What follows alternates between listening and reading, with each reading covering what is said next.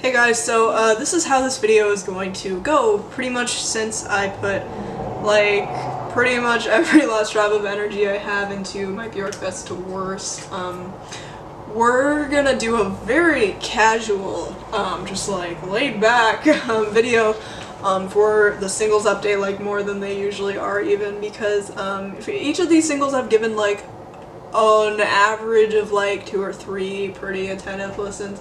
I usually try to do more than that just because, like, you know, like I change my opinion a lot, I find, like with more and more listens, and I think like a good 5 listens pretty much solidifies that like it won't change, but I just haven't had time for this. So, you know, like some of these singles maybe I'll listen to again and I'll be like, wait, this is actually trash and I thought it was great, or, you know, the other way around, or I'll like them better, like, or worse in the context of a record or something, you know how it be. But yeah, I'm just gonna go through, also I don't have Wi-Fi right now, so I can't just like look on my laptop, and when I went through and like put notes down on Google Docs, I didn't put them in order. So I'm just like scrolling through and just like gonna decide randomly what to talk about. I'll go in order, like I'll just find 4s and I'll go to 3s. No 5s this week, by the way, which is a shame, but yeah, like none really blew me away that I've heard in the past 2 weeks. Let's start with Gambino, because like why not?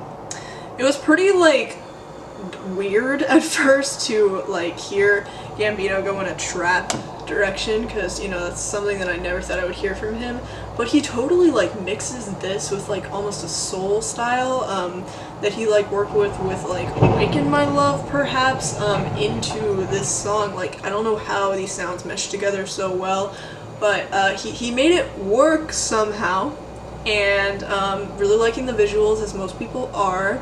Yeah, I mean, I see the hype. I'm about 4/5 to the level of hype that I think most people are. But yeah, the song's really good. I like the fact that you can like really tell what he's going for, even though, like, you know, it's lyrically like not that dense. But like he still has something to say, you know, and like you can tell what that message is, and it's really cool. Alright, Breakthrough by Dirty Projectors. Yeah, I don't know what anyone's problem with this song is. Like, I've heard complaints, and I don't fucking get it. Like, this song is great. Love the harmonica added into this sound palette too. Definitely has a catchy ass lead. It's just such a groove. Love the line where he's like, I keep it 100 or like whatever. I was like, ha. Yeah, honestly, fucking jam. Pretty expansive track. Like, stop complaining, you bitches. It's great. Everything Connected by Jon Hopkins. Don't take my word for this, because I have listened to the new Jon Hopkins album twice, and both times I was a little bit distracted. And yeah, I couldn't really give them attentive listens based on like the situation I was in at the time, but based on those 2 like half-assed listens, I'm not sure that I'm as hyped about it as everyone else seems to be. Obviously my opinion could change. I'm gonna try to review that, hopefully, if I can get that done. My schedule is really weird right now because I am going out of town for like a week and a half, and I'm moving home tomorrow and all of this shit, but I'm gonna try to review like 1 more album and come out with like an update on all of the albums that I've missed before I leave, so maybe that'll be the album. I also kind of want to talk about Kimbra, but yeah. Let's see. Oh, I forgot to talk about the song. Yeah, you know, it's a house track, and I like the fact that throughout this song, like, the electronics kind of distort and muffle, like, subtly in these different ways, and the use of reverb is really pretty on this song. Overall, pretty expansive. I'm not entirely sure there's quite enough variation to justify it being 10 minutes. Like, I think in the first, like, 4-ish minutes more could have been done with it. But yeah, overall, really chilling, kind of atmospheric track. I'm not sure I like it as much as I liked anything off Immunity, though. But, you know, like I said, who really knows? I'm gonna listen to the new Jon Hopkins again and actually give it the attention it deserves, and I will get back to you with my opinion on that. Let's see. What else is for... Final Fight by Thundercat. Love the part where he's like jumping out the window and then like, you know, the crashing noise and shit. I was like, haha, it's funny. Also totally fits the like the funky, flashy, you know, production, like pretty typical for Thundercat. You know, the sense of urgency and speed in this song is definitely not an alien concept to him.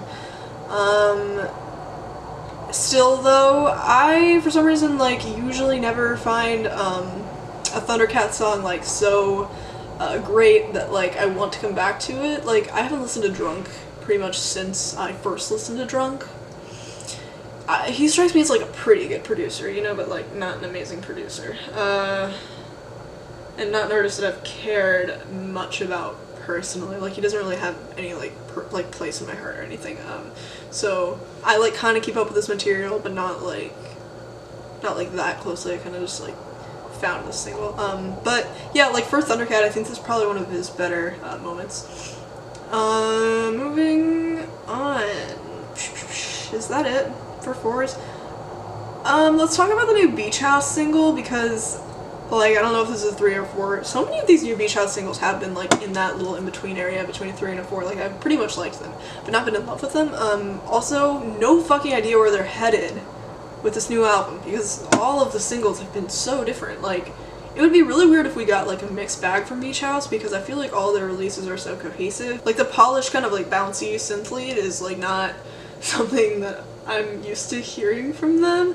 Has like an ambient layer too. Yeah, I don't know, it's pretty atmospheric. It's like, it's got a few subtle switch ups, very subtle though. There's no like grand crescendo or anything, but I like it. No real complaints for me. Yeah. So far I feel like I've thought every single single of theirs has been like a 7, except Dark Spring. But I don't really think that they're gonna go in a shoegaze direction. I think that was just that one song. So, like, whatever. Let's... Oh my god, shut up! I think we're on to the 3. Yeah, we're definitely on to the 3s. What are some in between? Oh, Heatwave, Snail Mail. This is a 3, but probably, like, you know, the top of the 3s. In retrospect, I probably was too hard on Pristine. I think that lyrically that track's like significantly better than this one, and I've actually come back to that track. I really enjoy it. I don't know how Snail Mail just like has the ability to make the most average song feel like just the most important thing in the world. She has just like a really sweet vocal delivery that and like comfortable like bluntness in her lyrics, something that Soccer Mommy definitely has too. Yeah. And I don't know, like, this song, like, melts my heart sonically. It's just that, like, I think the lyrics could use a little work. They don't really feel as, like, they're not as gripping, I think, as Pristine was. I really just need to listen to her fucking EP that came out whenever it came out, because I've only heard these 2 songs. But, yeah, pretty solid indie tune. More threes. Let's go. Quiz by Cupcake. This song is whack. You decide if it's whack in a good way or whack in a bad way. I don't know. Yeah, like some of these bars are fucking ridiculous. What you expect from Cupcake. And the production is equally ridiculous. It's like the style of production that's like feels kind of generic, but at least it's got like energy, you know? It like fits her delivery really well. So like, I don't know, it's just what you can expect from Cupcake, but yeah, some of these fucking bars are like ridiculous. I don't know how I feel, to be honest. The 2 new singles from Jimmy Eat World, I haven't like kept up with their new material just because I don't really give a shit. But I found these singles and I was like, my Bleed American days, like I could listen to some like, you know, emo revival, like yeah, let's go. But yeah, these are like decent tracks. Nothing special for sure, but it was nice to like hear their sound again, I think, because it's just been so many years. Yeah, Love Never was probably better than Half Heart, just for the lyrics, kind of highlight like the way that like love and like the reality of relationships is always like harder than you expect it to be when you're like younger and whatnot. or just not in a relationship and like thinking about getting in one. It's always like harder when you're actually dealing with it. Alcohol by Fiddler. This came out a while ago. I meant to put it in my last update and then I just decided it wasn't significant enough to, but then I found a comment on Rate Your Music. Oh my god, they called this a lo-fi garage punk version of Buck Cherry. And I just needed to share that with you guys. And I figured, you know, I may as well like talk about how I feel about it. For Fiddler, this is probably one of their better singles. Yeah, the instrumental, like there's some decently cool guitar work in this thing. The guitar melodies are pretty solid, and like, you know, if you're gonna listen to Fiddler, there isn't a bad track to choose. Just, you know, it's Fiddler. Sometimes you need Fiddler. Sometimes you just get those urges. Anywho, Green by Touche Amore, a decent return to the scene for the band, I think. It's got a solid enough composition, I think. You know, simple lyrics, but tortured as hell, pretty much what you can expect from this group. So yeah, I don't know, are they coming out with a new album soon? If so, I'm hype, honestly. Let's see. Is that it for threes? The new Florence and the Machine song, Hunger. This actually might be a 4. I think the lyrics are actually stunningly beautiful. I think their last single was fairly average, but I don't really have much more to elaborate on with that. Yeah, I forgot to include it in my singles update whenever that came. Yeah, Skyfall song, it was okay. I can't even like put a finger on why it's not clicking with me the way that I wanted to, but this is better. I like this better. Yeah, I like the strings and pianos worked into the instrumental too. Great vocal performance like always. Yeah, not many complaints from me for sure. Let's see, Mardi Gras Beads probably is a 3-2 by Parquet Courts. This kind of sounds psych rock influenced almost, with like a grittier edge. Kind of got a nice solo too. Some organic sounding like keys are worked in the mix as well, kind of twangy. I don't know, it's a pretty nice sound palette. Yeah, I don't know why I come away from this thing not caring. Like, you know, it's just, it doesn't have the groove of like In and Out of Patience. Not as sticky. I think we're on to the 2s, guys. Oh, I forgot to cover Streaky by Death Grips. Fuck, that's, I guess it's a 3. Maybe a 4. Nah, we're just gonna say it's a 3 because we're here now. This just feels super B-sidey to me, to be honest. Yeah, not something that I picture ever sticking out in the grand scheme of Death Grips. I mean, if this is on their new album for sure. Yeah, I doubt that will. I hope this isn't one of the better songs in the album because it just felt really average to me. And yeah, I think we're on to the 2s. Yeah. Let's get into these new Empress of singles.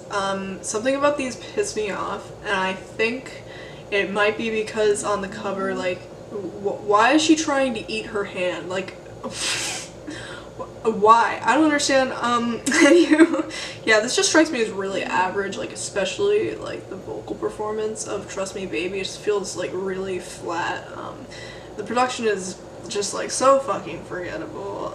In Dreams is kind of atmospheric, though. It's, like, probably more, pleasant.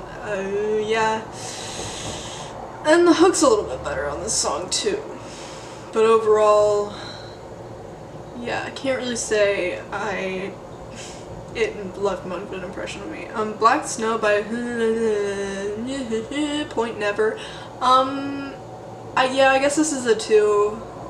It's interesting though. I almost want to give it a 3. I can't say that I've heard any of this band's new material. I am a sucker for Replica, but other than that, I have not kept up with them that consistently. But yeah, the mixing is kind of questionable. Like, everything that's going on is really subtle, and I don't really know that the heavy-ass auto-tune on the vocal is doing it much justice. And it feels pretty messy still. But I do kind of like the outro, actually, which is sort of, like, random. But I like how this song closes out. Yeah, I don't know.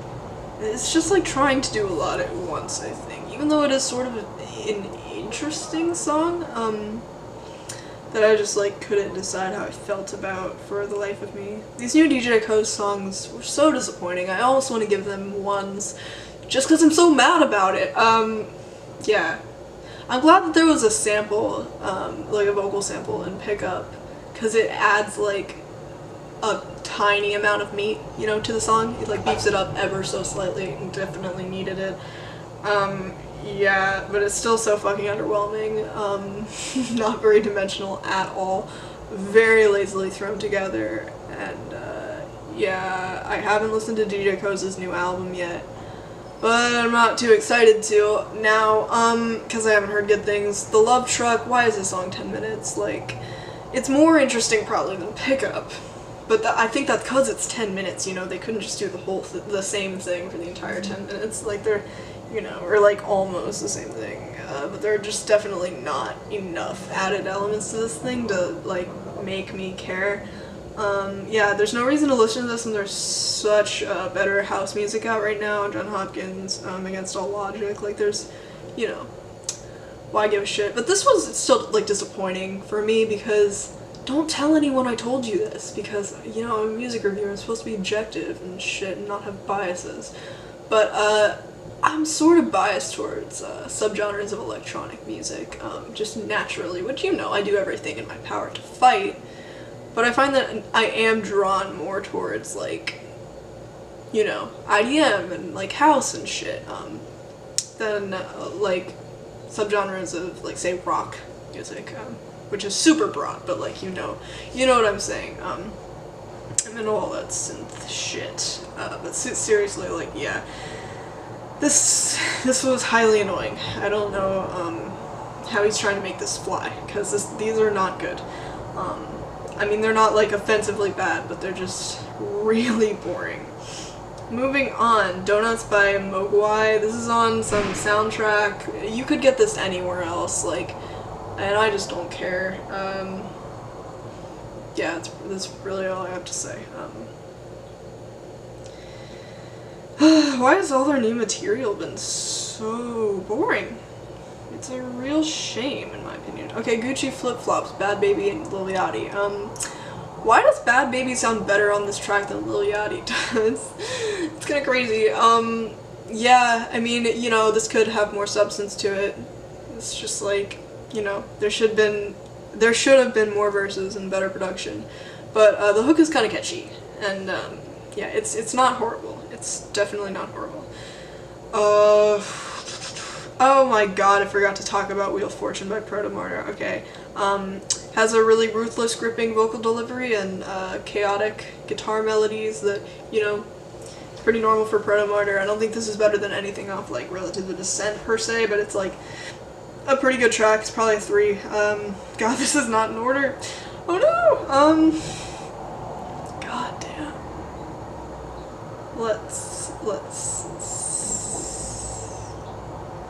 Yeah, okay, I think we're to the ones now. Forever by Clairo. I don't know why anyone cares about this. This is so average, it makes me want to jump off the Brooklyn Bridge, which I know I say a lot, but this song really calls for it. I'm kidding, it's just, you know, it's so average it almost puts a certain pain into my chest that people were even talking about it at all. Let's get into Kanye. Let's get this shit over with. Let's start with Lift Yourself. I can't rate this shit. Who the fuck do you think I am? This isn't music. It starts off okay, but then it just gets progressively worse. Well, I don't know if you could call this verse worse. Hell, this is one of Kanye's best verses, am I right? Like, yeah, he definitely pulls off this MF Doom impersonation, like, super well. Yeah, no, I'm completely kidding. The beat is horrible here. The mixing is not great. It's tolerable near the beginning of the song, but then it just, it gets not good. At least it's funny, I guess. I mean, this isn't really any indication, I'm sure, of where he's gonna head with his new album. Or, if it is, I hope he, you know, goes more towards this direction than Ye versus the People. This is definitely the better song. You know, yeah, other people have said that. I totally agree. I'd so much rather listen to this. But anywho, I've actually turned my friends onto this that don't even listen to Kanye. Like, my friend that already left today sent me a Snapchat video of her playing it in the car for her mom, and her mom like rating it out of 10. So that's a thing. This has become a part of my identity here at college. I'm just showing everyone this song. You know, spreading the goods. Everyone needs this song in their life. Ye versus the People. I don't really know that I have much to add to the conversation with this song. I think other people have pretty much hit the nail on the dot. Watch Sean C's video on this. I think he had a lot of good points to make. The thing that probably irked me the most about this song was the part where he was like, I'm wearing this Make America Great Again hat, giving it a new meaning, rocking it. Yeah, like, are you fucking delusional? Like, how the fuck does that make sense in your little world? Like, you're not changing the meaning of a slogan by wearing it. That doesn't make any fucking sense. Also, I don't know, Kanye's just being really vague about, like, why he supports Trump. Like, he's made it just this huge deal, obviously, but, like, he hasn't really gotten into specifics of, like, policies that he supports, or, like, you know, like, anything that has to do with Trump's presidency. So, like, I kind of want people to shut up, and, like, why should we be paying attention to Kanye's opinion on politics? I know that, so this is a perfect example of separating, an artist from their art. I think you just kind of have to do it, in this case. But, like, with Kanye, here's the thing about separating an artist from their art, okay? With an artist like Kanye, like, some people make the argument that, oh, like, you know, if an artist is a shitty person and you're supporting them monetarily by, like, streaming their music, buying their music, whatnot, you're helping them. And, like, that's what's fucked up about it and whatnot. But, like, maybe this is the wrong mindset to have, but you really think that Kanye fucking West is gonna be affected if you don't stream or buy his music?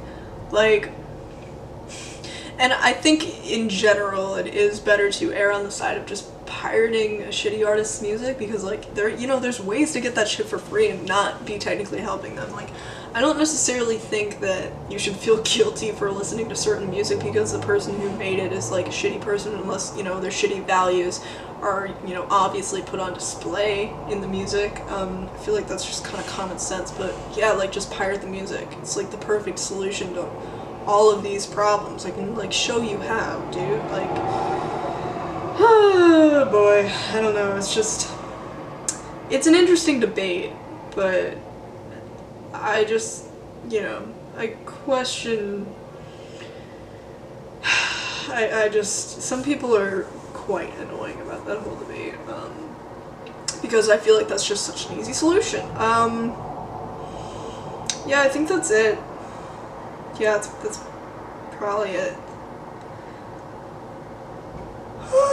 Alright, well, here's a rundown for what's gonna be happening with this channel soon, kids.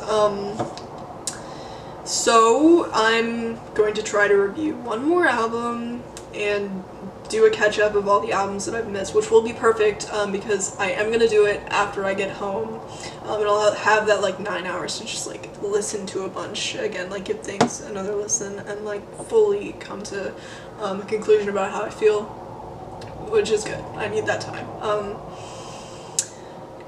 And then I'm gonna leave for, like, a week and a half, be out of town. It might err on the side of 2 weeks. I haven't set a date that I'm gonna, like, officially come back yet, because I'm not sure. I want to see, like, how things pan out, because there's a couple people I want to see in California. I have, like, my one internet friend I'm going to hang out for the majority of the time, and then, like, this other group of people that I used to hang out with a long time ago, that I, like, want to see again. But I don't know how long I'm going to spend with them, blah, blah, blah, blah, blah, none of this matters, basically. I don't know how long my channel's going to be on break, so I'm going to try to, like, crank out as many videos as possible this week. Maybe I can even do 2 albums before I go. But yeah, next video will be in a different setting, and yeah, thanks for watching this video. I'm glad that this singles update is coming out now so I can get it done. Yeah, I'll see you soon. Of course these sirens are fading in.